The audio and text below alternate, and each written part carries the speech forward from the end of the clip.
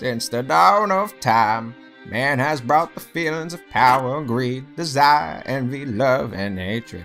When the Chinese invented rice, the Middle East invented glass. When the Americans landed on the moon, the Soviets said, "Hold my vodka." The taste of victory is a bitter taste in the mouth of your opponent, which is why we have rivalries in this world we live in.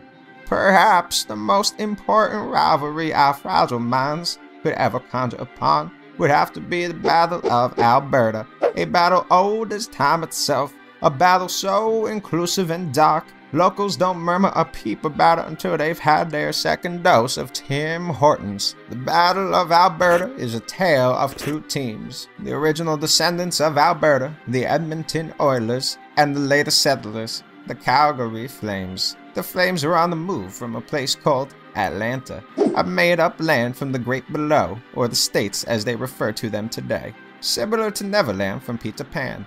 The Flames arrived in a unique fashion in the Alberta territory. The first encounter of these two took place in October of 1980 at the Northlands Coliseum in the natives' home in Edmonton. The Oilers defeated the Flames 5 biscuits to 3 in a thrilling experience. The hatred was there, but Calgary was no match for the Edmonton Oilers, as the Oilers had someone so powerful that his name was far too powerful to utter. They referred to him as the Great One. This Great One had flow like the Yukon River and a hockey IQ like the Canadian Einstein himself. Goals, points, playoff wins, and Lord Stanley's Cup, season after season after season. Edmonton was far too powerful for the Flames, who were a spark compared to the Flame who they claimed to be. The battle seemed to be won, but it was far, far from completion. The 1986 South Division Final, future Flames captain Steve Smith scored an own goal. Friendly fire, or should we say, friendly flame. I'm sorry, that was out of character. For the remainder of Steve Smith's career, fans mocked him and yelled, "Shoot! Shoot, Janetti! Get off the ice, you suck, Steve!" But Steve was a warrior, but every warrior has a heart, and Smith was made of glass, and now was shattered. Along with the Great One, he was accompanied by talent, Mark Messier, Yari Curry, Glenn Anderson, and Paul Coffey. However, it wasn't until this dark day where the Oilers would be changed forever. The Great One was traded. On August 9, 1988, the Great One was traded to the Los Angeles Kings, a team no one knew existed. Chaos in Edmonton, cheers in Calgary. The world was changed. The game was changed. Air was heavier now in Edmonton, but it never seemed so clear now in Calgary. Was it time? Was it finally time to strike? Calgary answered. Calgary looked to the history books, and they said, 1895, the Calgary Fire Brigade Club played hockey against the Edmonton Thistles in the Glory Battle on the ice. 1921, the Calgary Tigers played the Edmonton Eskimos, and the Eskimos would achieve the WCHL title.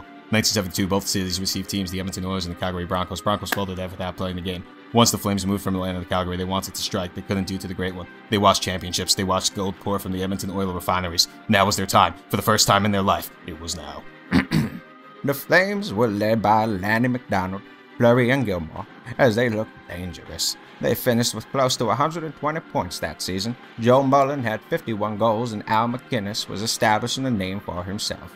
From 1983 to 1990, one of the two teams represented the Campbell Conference in the Stanley Cup Finals. The Flames would finally win in 1989. Cheers, cheers everywhere. That's 4-1 Edmonton, haha, in your face. As of 2020, the final time the Flames and Oilers would meet in the playoffs would be the first round of the 1991 playoffs, where the Oilers would win and go on to win the Cup the year after the Flames. Now that's 5-1 Calgary, know your place. Because of these teams, Alberta was referred to as Death Valley for quite some time. In the early 90s, the rivalry seemed to cool off. Changes to the regular season no longer had the two titans facing each other 8 times. In the early 2000s, both teams faced hard times. Alberta had 2 of the smallest hockey markets. Teams suffered both financially. It wasn't until 2005 and the introduction of the salary cap that these teams could compete again with real talent. Thank you, Lord Bettman. Thank you so much. But now the Flames had a secret weapon, Jarome McGinley, and he was coming into his own for quite some time. It wasn't until the mid-2Ks where he went from being just an incredible player to being an incredible player, a mature player, and a generational defining player. However, no success in Alberta for a while. Calgary would later retire Jerome McGinley and his talents, and he would become one of the greatest players to never achieve the cup. They would have the new talents of Johnny Gaudreau, Mark Giordano, and Sam Bennett does all he can do to remodel that famous Calgary stash. The Edmonton Oilers would have a roller coaster of draft luck and misfortune.